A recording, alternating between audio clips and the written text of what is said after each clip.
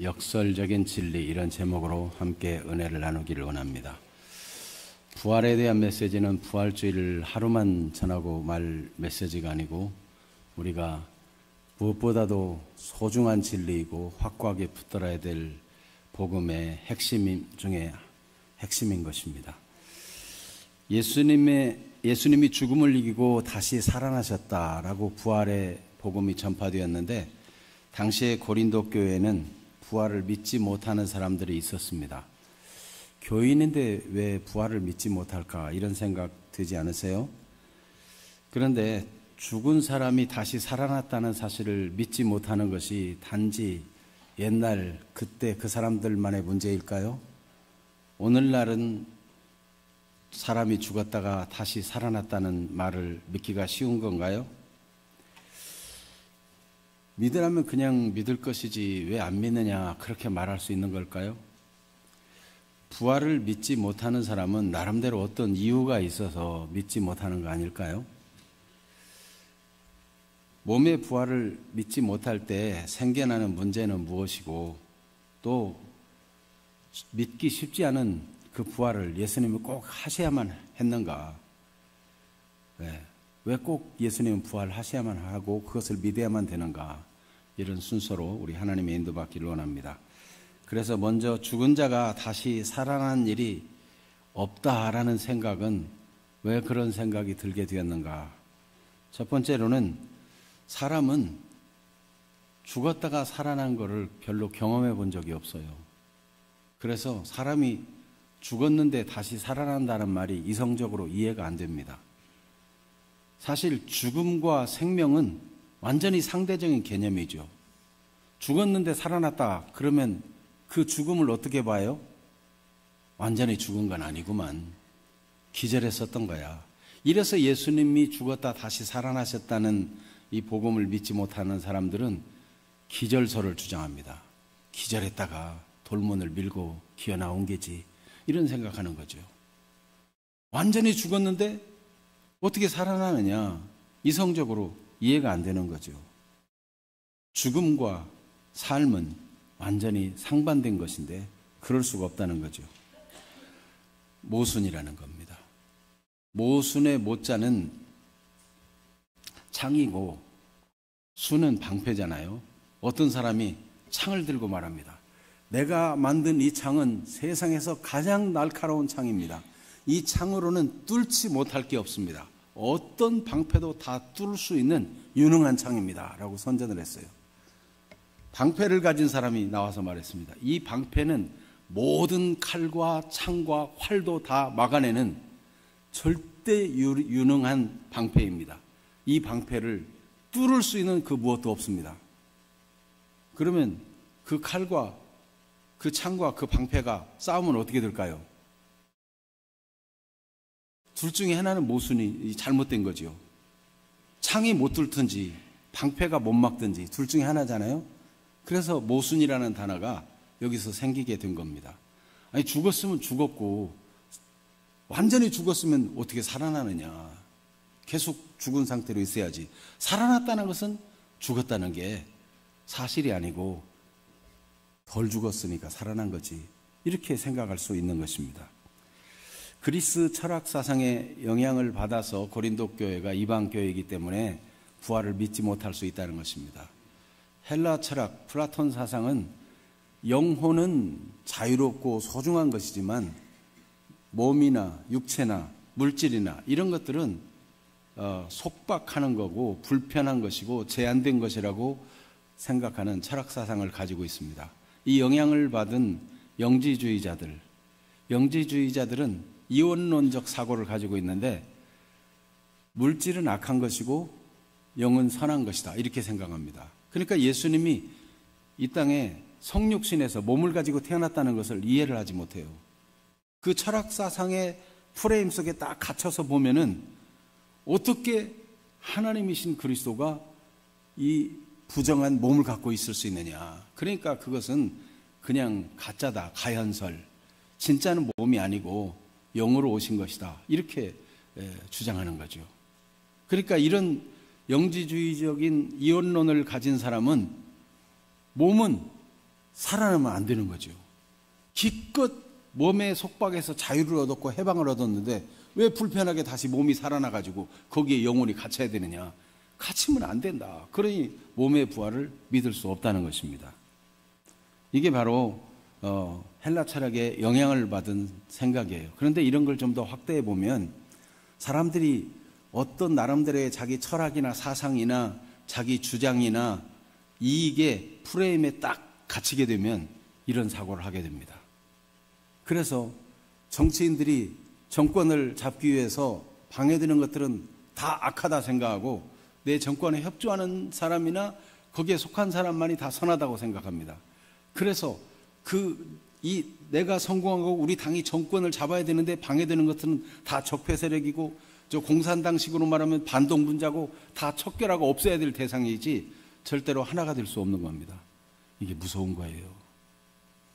여러분, 잘못된 사상이나 이념의 프레임에 갇혀버리면 사람이 괴물이 될 수 있어요. 고린도 교회가 분명히 예수 믿는 교인들인데도 이 이원론적 사상의 영향을 받아가지고 헬라 철학의 사상에 잡혀버리니까 예수님의 부활이 믿어지질 않는 거예요. 그래서 영지주의자들은 하나님의 창조에 대한 믿음을 갖지 않습니다. 하나님이 그렇게 대단한 분이면 왜 이 육체, 물질 이런 것들을 짓느냐. 창조를 한 신은 뭔가 좀 모자라는 신이다. 이렇게 생각하는 거죠. 그리고 영적 비밀을 가진 소수만 구원받을 수 있다고 생각하는 게 영지주의자들이에요. 그리스도의 사람 되심, 완전한 인간 되심, 인성을 부인하는 곧 복음을 훼손하는 이단 사상에 불과한 것입니다. 그런데 그 영향을 받은 고린도 교회의 부활을 믿지 못하는 사람들이 있었다는 것입니다. 오늘날도 온갖 개똥 철학, 허망한 사상들, 그저 여기저기서 들은 얘기를 가지고 복음을 반대하고 믿지 않고 마음을 완강하게 하는 사람들도 더러 있는 것을 보게 됩니다. 기독교 신앙에 대한 오해를 가질 때 부활을 믿지 못합니다. 부활은 성경은 다 믿을 수 있는 게 아니고 그저 사람의 마음에 위안을 주기 위해서 기록된 것이고 다 합리적으로 생각해야 된다. 이렇게 생각하는 기독교에 대한 오해. 그게 부활은 마음의 부활이면 되지 뭐 꼭 몸까지 부활할 필요가 있느냐. 비유나 상징으로 생각하고 그저 희망의 상징으로 부활을 생각하는 그런 생각입니다. 기독교를 왜곡하는 것이죠. 기독교는 사실에 근거한 것이고 예수님은 아버지의 말씀은 진리니이다 그랬어요. 다른 모든 종교들은 마음에 위안이나 얻고 그냥 좋게 생각하고 그러면 그걸로도 만족할지 몰라요. 그러나 복음은 진실이냐 거짓이냐 하는 것에 선명해요. 예수님께서도 아닌 것은 아니라 옳은 것은 옳다 하라고 했지 그냥 사람들 듣기 좋게 그냥 마음이나 위안이나 받도록 살아났다고 하자. 그래서 다 좋게 생각하자. 마음의 부활 얼마나 그럴듯하게 들립니까? 근데 그런 말에 사람들은 많은 사람들이 복음이 없고 진리를 알지 못하는 사람들은 그런 말이 더 달콤하게 들리고 거기에 미혹되는 경우가 많아요. 죽음과 영원한 삶에 대한 두려움이 있는 사람들이 부활을 믿고 싶지 않습니다. 현실도 각박하고 힘들고 현실 살기도 바쁜데 죽은 뒤에 어떻게 되는 걸 어떻게 아느냐. 그런 것까지 신경 쓰면 너무 힘들다. 죽은 후 미래의 세상을 생각하면 어쩐지 불안하고 두려우니까 뭐 죽은 후의 세상을 생각하지 말자. 이런 생각을 가지는 것입니다. 그래서 애써 죽음 후의 세상, 영생, 부활 이런 거는 부인하려고 하는 것이죠. 그 다음에는 이 세속주의와 현실 중심의 가치관입니다. 이 세속적인 가치관은 특히 근래에 있어서 미래에 대한 소망 이런 거는 갖고 싶지 않아요. 그래서 저축한다든지 미래를 위해서 뭘 준비한다든지 이런 거는 가치 있게 생각하지 않고 지금 당장 즐기자. 지금 행복해야 된다. 워라벨이라고 하죠. 워크 앤 라이프 밸런스 그러는데, 이 일과 삶의 균형을 이루어서 돈을 많이 버는 것도 싫다. 균형을 이루어서 좀 놀고 쉬고 여가를 즐겨야 된다. 이런 생각이에요. 그런데 사람은요, 치우치는 경향이 있어서 돈이 싫지 않지만, 그러나 노는 것, 여가를 갖는 것에 대해 더 마음이 기울어지게 돼 있어요. 그러니까 이런 생각에는 무슨 부활이니 내세니 막 이런 거는 생각하기 싫고, 지금 즐기고 지금 재미있고 지금 쾌락을 누리고 지금 행복하면 좋다 하는 그런 생각을 가지기 때문에 예수님의 부활이라든지 죽은 후에 우리의 몸의 부활이라든지 이런 거를 생각하고 싶지 않은 것입니다. 그래서 알고 보면 이 세태가 그렇게 흘러가니까 부활을 너무 강조하지 말고 그냥 대충 지나가라, 이런 사조가 팽배해질 수 있습니다. 그런데 여러분, 정말 부활은 강조하지도 말고 믿지도 말고 그냥 우리가 믿고 싶은 것만 믿고 편안하게 그렇게 하는 것이 좋은 걸까요? 만일 몸에 부활이 없다고 믿는다면, 진짜 몸에 부활이 없다면 무슨 일이 생깁니까? 모든 우리의 믿음이 허사가 됩니다. 그래서 오늘 14절을 같이 한번 읽어볼까요? 그리스도께서 만일 다시 살아나지 못하셨으면 우리가 전파하는 것도 헛것이요 너희 믿음도 헛것이며. 복음 전도하는 전도 내용들이 다 헛것이고, 복음 전도하는 증인들도, 증인이라고 복음을 전하는 사람도 다 하나님의 거짓 증인들이 되고 만다는 거예요. 그리고 우리가 믿던 것들이 다 허망한 것이고 거짓 것이니까 잘못된 걸 믿는 것이고 허망한 일이 되고 마는 거죠. 그래서 몸의 부활을 믿지 않으면 모든 믿음이 다 허물어져요. 기초를 흔드는 것 같아요. 다 허물어져요. 죄의 해결이 없이 여전히 죄 가운데 있는 것입니다. 그렇기 때문에 죄의 저주와 형벌 아래 그대로 놓여 있는 것이고 하나도 달라진 게 없는 거예요. 부활을 믿지 않으면. 17절을 읽어봅니다. 그리스도께서 다시 살아나신 일이 없으면 너희의 믿음도 헛되고 너희가 여전히 죄 가운데 있었을 것이요. 네. 죄가 해결 안 되면 죄에 대한 대가는 반드시 지불해야 돼요. 그래서 여러분, 무슨 교통 위반 딱지가 날라왔는데 그거를 안 내면은 그냥 잊어버리고 무시하고 버티면 됩니까? 계속 미룰 수 있어요. 나중에 그 차를 폐차한다든지 혹은 차를 판다든지 그럴 때 어떻게 돼요? 결국은 갚아야 돼요. 연기하고 모르는 척하고 아이 신경 쓰기 싫다 이렇게 해가지고 없어지는 게 아니고 반드시 대가를 치러야만 돼요. 세상의 법도 그러하거든. 하나님 앞에 죄를 범하면 죄 문제를 해결하지 않으면 반드시 대가를 치러야 됩니다.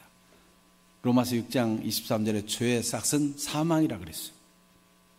한 번 죽는 것은 사람에게 정하신 것이요 그 외에는 심판이 있다고 히브리서 9장 27절도 아주 분명하게 말씀하고 있어요. 그렇기 때문에 부활을 믿지 않으면 예수님이 죽으신 것도 아니고 다시 살아난 것도 아니고, 그러니까 죄 문제가 해결이 안 된 거예요. 그래서 영원한 형벌을 받고 지옥의 고통을 받아야만 되는 것입니다. 그냥 좋은 것만 믿자, 편한 대로 믿자, 이해가 되는 대로 믿자, 그게 그럴듯하지만은 사실상 예수 그리스도의 부활, 우리의 몸의 부활을 믿지 않는 것은요, 모든 믿는 것들을 허사로 만드는 것입니다. 그리스도 안에서 죽은 자들도 소망이 없어요. 그리스도 안에서 믿음으로 살며 죽은 사람들은 다시 부활할 걸 믿고, 그래서 영원한 천국에 갈 걸 믿고 살았는데 그게 없다면은 괜히 헛수고한 거고 잘못된 소망을 가진 것에 불과하다는 것이죠. 뿐만 아니라 모든 사람 가운데 가장 불쌍한 인간들이죠. 19절을 읽어봅니다. 만일 그리스도 안에서 우리가 바라는 것이 다만 이 세상 삶뿐이면 모든 사람 가운데 우리가 더욱 불쌍한 자리라. 오늘 같은 날 마음껏 놀러 다녀야 되는데 봄에 꽃도 많고. 그런데 괜히 믿음을 갖고 여기 모여가지고 그냥 시간 낭비하고 고생하고 헌금 드리느라고 돈 낭비하고 얼마나 불쌍해요. 네? 여러분 마음대로 그냥 기분 나쁘면 지나가다가 아무나도 발로 걷어차고 또는 돈이 없으면 그냥 강도짓도 해가지고 쓰고 그러면 될 텐데 괜히 뭐 양심을 지키고 믿음을 지킨다고 그냥 마음대로 살아보지도 못하고 세상에서도 마음껏 못 살았는데 죽어서 부활도 없고 천국도 없으면 속은 거잖아요. 얼마나 불쌍해. 가장 불쌍한 사람들이란 말이죠. 여러분 부활이 없으면 죄사함도 없고 구원도 없고 모든 믿음이 헛것이 된다는 건데, 그런데 여러분 나름대로 믿는 믿음을 갖는다고 할 때 내가 믿고 싶은 것만 믿는 것으로 충분하겠는가? 예수님이 완전히 죽으시고 완전히 부활하셔야 맞는 건데 그냥 죽었다가 기절했다가 살아나는 것도 그냥 합리적이니까 그렇게 믿는 것이 좋은 것인가? 여러분 물이 99도로 지금 뜨거워졌어요. 그러면 이 99도 뜨거운 물 속에 보면 물이 끓지 않고 있는데 손을 넣으면 어떻게 돼요? 안 뜨거워요? 진짜 뜨거워요. 그래도 끓어요, 안 끓어요? 안 끓어요. 100도가 돼야 끓잖아요. 빚을 100만 원 빚을 졌어요. 그런데 99만 원을 갚았어요. 굉장히 많이 갚은 거죠. 그럼 빚이 다 없어지나요? 아직 남아있는 거예요. 아이, 그까지 만 원 갖고 째째하게. 그러면 좀 더 올려봅시다. 인간의 죄는 사람이 갚을 수 없는, 자기 몸을 다 팔고 자기 가족을 다 종으로 팔아도 갚을 수 없는, 그게 인간의 죄라고 성경은 기록하고 있는데 100조의 빚을 졌다고 해요. 100조. 평생 벌어도 못 갚을 빚 100조. 그래서 99조의 빚을 다른 사람이 탕감해 줬어요. 그러면 99조는 적은 돈이에요, 큰 돈이에요? 어마어마하게 큰 돈이에요. 이거 상상이 안 되는 큰 돈이에요. 1조가 남았어요. 시시하게 1조 가지고 째째하게 그러느냐고 말할 수 있을까요? 1조를 한번 만져보셨나요? 여러분, 그게 시시한 게 아니에요. 하나님 앞에서 우리의 죄는 진짜 해결되지 않으면 우리 인생 전체를 망하게 하기에 충분한 거예요. 영원한 심판과 지옥에 넣기에 충분한 거예요. 그래서 예수님은 완전히 죽으셔야만 돼요. 기절했다 살아나면 안 돼요. 왜냐하면 죄는 대가를 지불하고 예수님께 모든 죄를 다 담당해야만 우리가 죄사함을 받기 때문에 그래요. 그래서 레위기 16장에 보면 속죄 이래 이스라엘 백성들이 하는 일이 있는데, 이 양을 잡아가지고 피를 흘려 죽이는 거예요. 죽이는 거. 그래서 성경 히브리서 9장 22절에는 피 흘림이 없이는 사함이 없다. 생명은 피는 생명이기 때문에 완전히 죽어야 그 죄가 그 양에게 다 전가되고 그 양이 죽음으로써 죄가 대속된다. 그게 원리예요. 그래서 이사야 53장 5절에도 대속의 죽음을, 예수님이 왜 꼭 그 몸이 부활해야만 하는가는 예수님이 대속의 죽음을 죽은 것이 부활로 확증되기 때문인데, 이사야 53장 5절 말씀에 보면 그가 찔림은 우리 허물 때문이요 그가 상함은 우리의 죄악 때문이라. 그가 징계를 받음으로 우리는 평화를 누리고 그가 채찍에 맞음으로 우리는 나음을 받았도다. 구약에 우리 죄를 담당하고 죽으실 예수님에 대한 예언이 그렇게 나와 있어요. 요한복음 10장 11절에도 예수님도 이렇게 말씀하셨죠. 같이 읽어볼까요?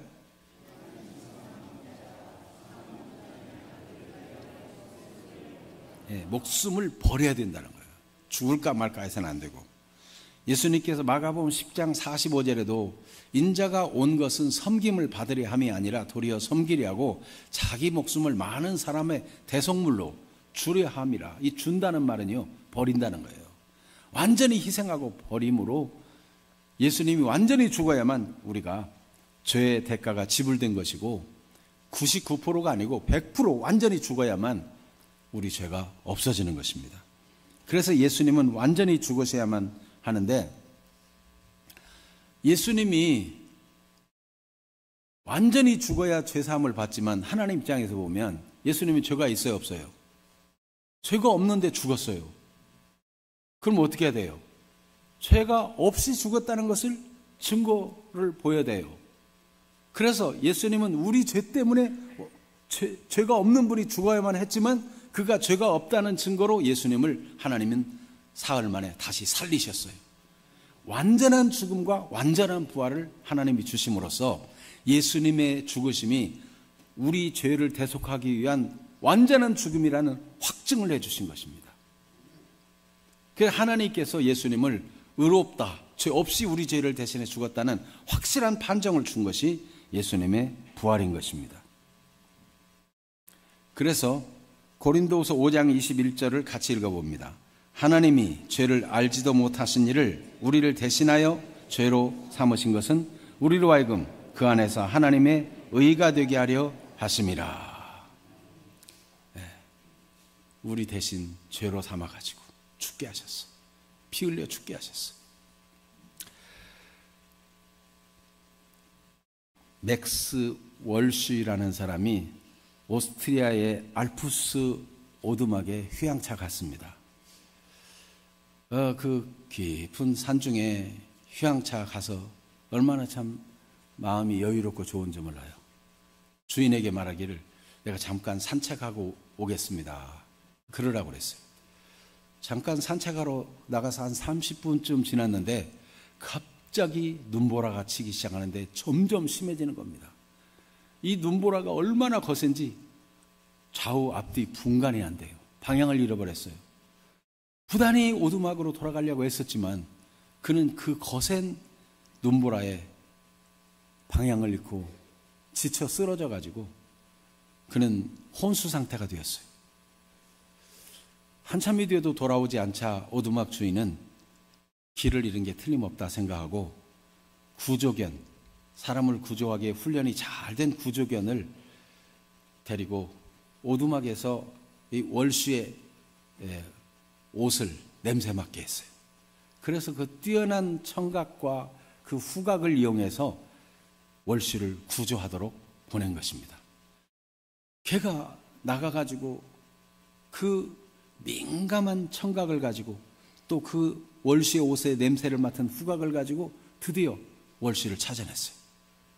그는 혼수 상태가 되어서 눈밭에 쓰러져 있었는데 그의 재킷을 그 구조견이 물고 끌어당기기 시작했어요. 그러자 혼수 상태에 있었던 월슈가 깨어나 보니까 늑대 한 마리가 와서 자기를 물고 끌고 가는데 이러다가 내가 그 늑대밥이 되겠구나. 두려운 생각이 들었어요. 얼른 그 호주머니에 있는 비상 칼을 빼가지고 이 늑대를 찔러 확 돌렸어요. 그러자 심각한 부상을 입고 피를 흘리기 시작했는데 이 구조견은 피를 혀로 핥다가 너무 심각하니까 피를 흘리면서 오두막으로 돌아갔는데 주인 앞에 쓰러져 죽고 말았어요. 주인은 눈치를 챘어요. 아, 이 핏자국을 따라가면 월슈가 있겠구나. 주인이 개에 흘린 핏자국을 따라가서 월슈를 발견했고 월슈를 무사히 오두막으로 데려올 수가 있었습니다. 월슈는 나중에 그가 기독교인이 된 후에 깨달아 이런 말을 했습니다. 내가 길을 잃어버린 자가 되고 지옥을 향할 때 내가 생명 얻을 수 있는 유일한 길은 예수께서 나를 위해 십자가 위에서 흘린 피의 흔적을 따라가는 것이다. 여러분, 예수께서는 우리 죄를 위해 완전히 죽으셔야만 했던 것입니다. 그것을 하나님이 받으시고 우리 죄를 없다 하시고 예수님의 의를 우리에게 입혀주시고 우리를 의롭다 하시고 그를 믿는 우리를 예수님이 부활하신 그 부활의 의를 우리의 것이 되게 하시고 우리 또한 그 믿음 안에서 부활의 소망을 주시고 다시 살리시기로 하신 것입니다. 그래서 부활은 예수님의 대속 사역의 완성이 됩니다. 로마서 4장 24절 말씀에 보면 같이 읽어볼까요? 예수는 우리가 범죄한 것 때문에 내줌이 되고 또한 우리를 의롭다 하시기 위하여 살아나셨느니라. 이 앞절에 보면 모든 사람이 죄를 범하였으면 하나님의 영광에 이르지 못했다는 것입니다. 그런 우리를 위해서 그리스도 안에 있는 속량, 예수님 우리 죄를 대신 지불하기 위해 죽으신 이 속량의 죽음으로 말미암아 하나님의 은혜로 값없이 의롭다함을 얻은 자 되었다라고 기록하고 있습니다. 예수님의 대속의 죽음을 완성한 것이 예수님의 부활입니다. 그래서 오늘 본문 17절을 같이 읽어봅니다. 그리스도께서 다시 살아나신 일이 없으면 너희의 믿음도 헛되고 너희가 여전히 죄 가운데 있을 것이요. 그렇습니다. 예수님이 다시 살아나셨기 때문에 그의 살아나심은 완전한 것이고, 살아났다는 것은 그가 완전히 죽었다는 것이고, 예수님의 대속의 사역이 완성되었다는 것입니다. 그래서 예수님이 다시 살아나신 것은 완전한 살아나심이요, 그의 대속 사역의 완성이 된 것입니다. 예수님의 부활은 또한 우리 부활의 보증이 되어집니다. 오늘 읽지 않았지만 20절에는 같이 읽어볼까요? 그러나 이제 그리스도께서 죽은 자 가운데서 다시 살아나사 잠자는 자들의 첫 열매가 되셨도다. 예수님이 죽은 자의 살아나는 첫 열매가 됐다는 거예요. 요한복음 15장 5절 포도나무와 가지의 비유를 예수님이 말씀하셨는데, 포도나무에 열매가 맺혔다면 가지에도 열매가 맺히는 게 당연한 것입니다. 요한복음 15장 5절 같이 읽어볼까요? 나는 포도나무요 너희는 가지라. 그가 내 안에 내가 그 안에 가면 사람이 열매를 많이 맺나니 나를 떠나서는 너희가 아무것도 할 수 없음이라. 그렇습니다. 여러분, 우리는 예수님이 우리 죄를 위해 죽으신 피의 발자취를 따라가 참 믿음을 가지고 내 죄를 위해서는 완전히 죽으셔야만 했고, 하나님의 의롭다함을 인정받기 위해서 완전히 살아나셨는데, 믿음 안에서 우리가 예수님의 죽으심과 부활에 연합된 자가 되어서 우리도 몸이 죽을 뿐만 아니라 죽은 몸이 다시 살아나는 소망을 갖게 되었습니다. 만일 이 예수님의 죽으심과 부활에 대한 믿음을 갖지 않는다면 우리의 믿는 모든 믿음은 허사가 됩니다. 마찬가지로 우리가 성경에 나타난 모든 말씀을 하나님 말씀으로 진짜 믿을 때 모든 두려움이 사라집니다. 스스로 마음의 위안을 갖자. 스스로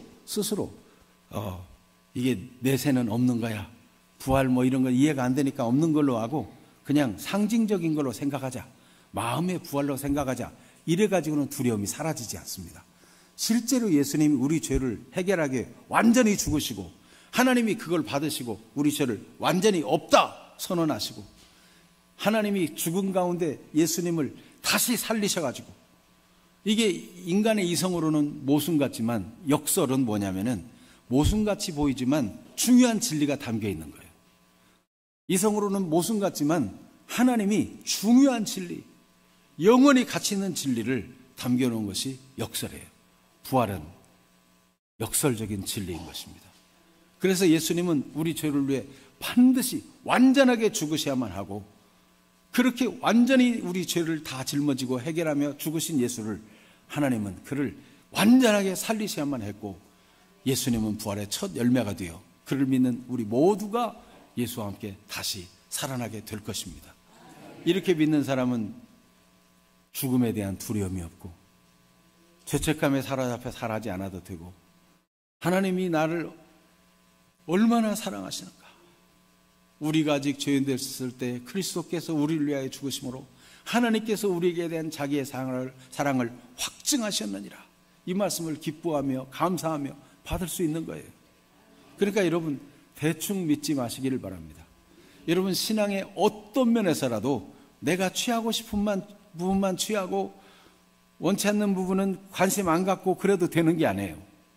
그러면 그렇게 믿는 태도는 세상적인 가치관이고, 그것은 하나님의 구원을 받지 못하게 하는 결과를 초래하게 됩니다. 사람은요, 작은 부분에서 구멍이 나고 헐기 시작하면 점점 구멍이 커지고 둑이 터지고 마는 거예요. 그래서 하나님이 말씀하신 그대로를 믿습니다. 하나님 아버지의 말씀은 진리입니다. 예수님은 늘 그렇게 고백했어요. 그래서 인간의 몸을 입은 예수님이 십자가를 지는 게 너무 무섭고 싫은 거예요. 아버지의 뜻이거든 이 잔을 마시지 않고 지나가게 해주세요. 그러나 내 원대로 마시고 아버지의 원대로 되기를 원합니다. 예수님이시라도 이 육신을 가지고 생각해 보면 아버지의 뜻이 아니었으면 좋겠어. 사람의 죄를 대신해서 죽는 이 십자가의 잔을 마시지 않을 수만 있으면 좋겠어. 그것이 아버지의 뜻이라고 말씀만 해주면 너무 좋겠어. 그게 인간적인 육신을 가진 사람의 모습입니다. 그러나 여러분, 예수님은 타협하지 아니하고 아버지의 원대로 되기 원합니다. 아버지의 말씀은 진리입니다. 절대적으로 아버지의 말씀을 믿은 것입니다. 여러분, 세상적인 가치관은 절대가 없습니다. 세상적인 프레임들은 모순들이 많습니다.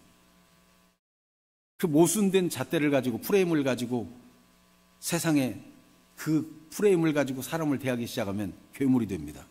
해를 끼치는 사람이 돼요. 그러나 하나님은 절대적인 선이시고 절대적인 진리이고 하나님은 절대적인 사랑을 갖고 계십니다. 그래서 하나님을 절대적으로 믿고 하나님 말씀을 절대적으로 믿으면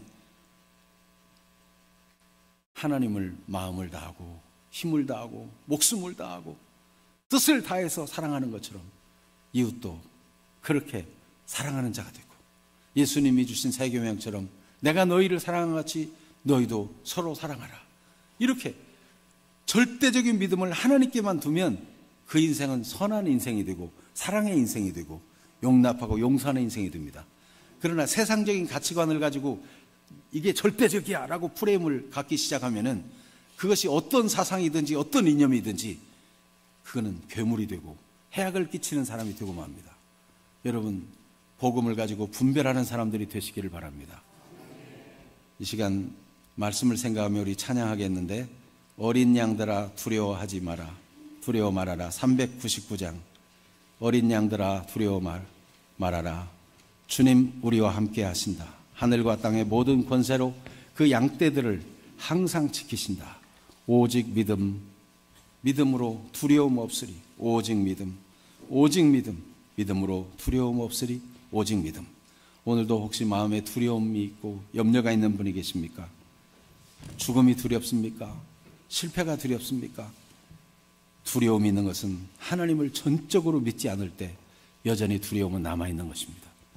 하나님이 우리를 구원하시되 완전히 구원하시고 우리를 사랑하시되 100% 철저하게 사랑하시고 자기 아들을 내어줄 만큼 포기할 만큼 그렇게 사랑하시고, 그가 예수님을 완전히 살리셔서 부활하시고 그 같은 완전한 부활로 우리를 다시 살릴 걸 믿으면 우리는 두려움이 사라집니다. 참된 믿음, 어설픈 믿음이 아니라 진짜 믿음을 가지고 사는 분들이 되시기를 바랍니다. 믿음으로 찬송합시다.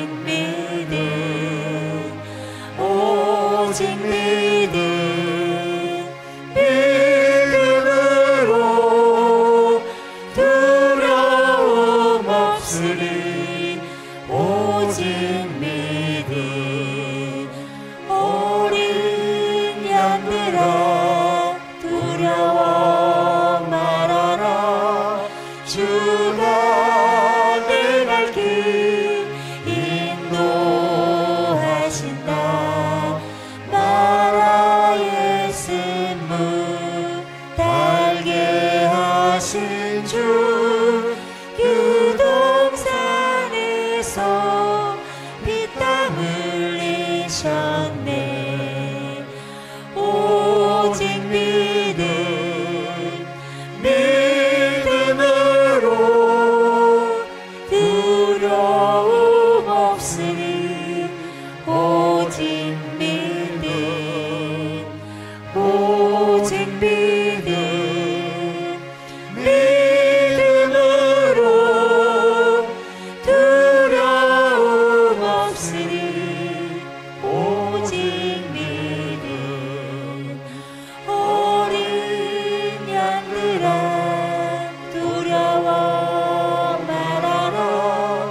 주님 언제나 함께 하신다.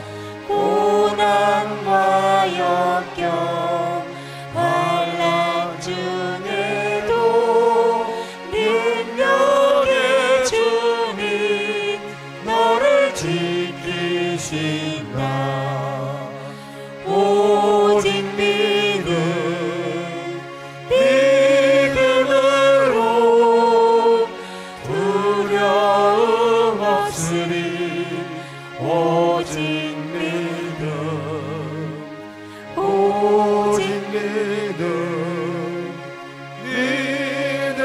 믿음으로 두려움 없으리. 오직 믿음. 오늘도 말씀을 듣고 예수님처럼 반응하는 기도를 드립시다.